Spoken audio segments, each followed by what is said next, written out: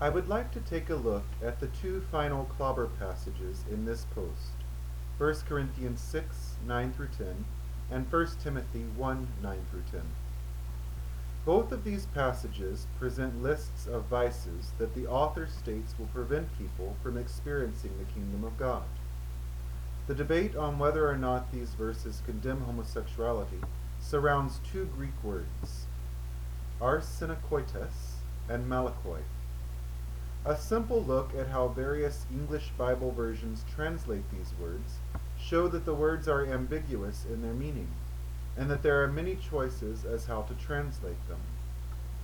Our research into these two passages will first show how some English Bible versions translate the specific words Arsenokoites and Malakos. Then we will see that consensual homosexual sex and effeminacy are not the best translations for these two Greek words. First, let's take a look at how some modern English Bible versions translate these two Greek words. The King James Version, Arsenokoites, abusers of themselves with mankind. Malakoi, effeminate. The New American Standard, Arsenokoites, homosexuals. Malakoi, effeminate. The New International Version, Arsenokoites, homosexual offenders. Malakoi, male prostitutes. The Darby Translation, Arsenokoites, those who abuse themselves with men.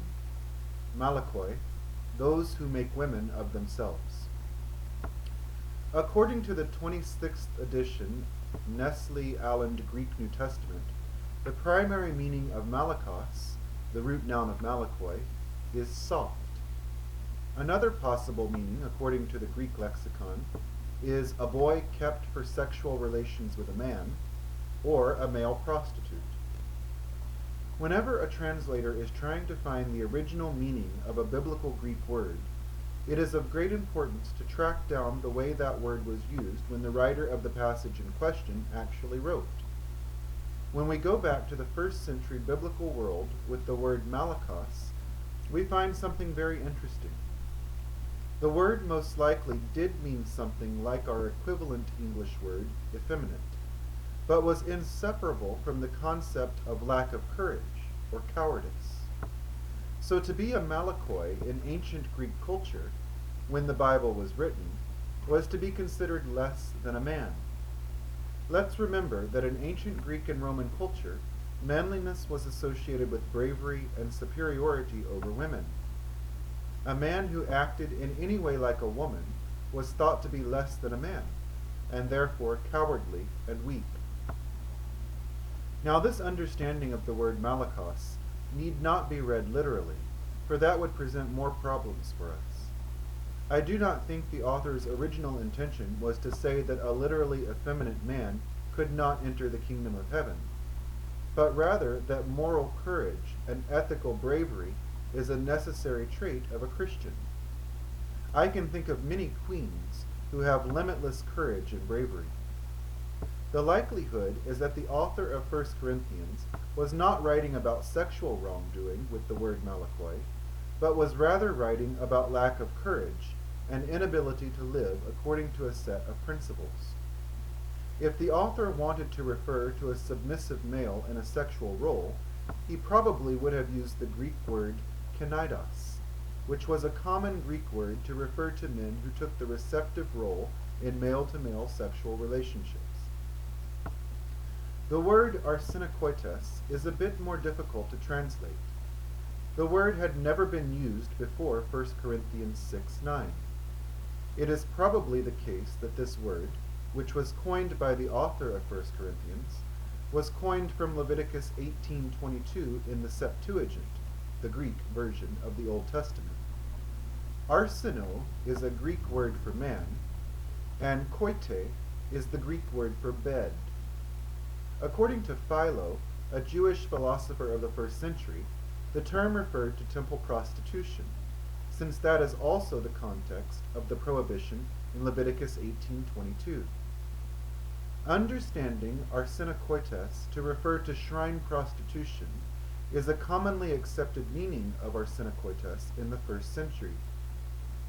This makes even more sense when we understand that temple prostitution was a daily feature of 1st century life in the city of Corinth, and that such a prohibition would have made much sense to the readers of 1 Corinthians. Another important thing to remember when looking at the word Arsenokoites is that it is a compound word, as noted above.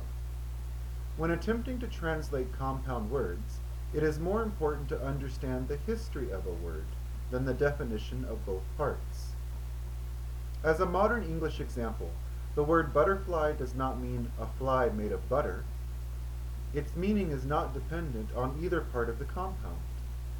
The same is fundamentally true of Arsenokoites.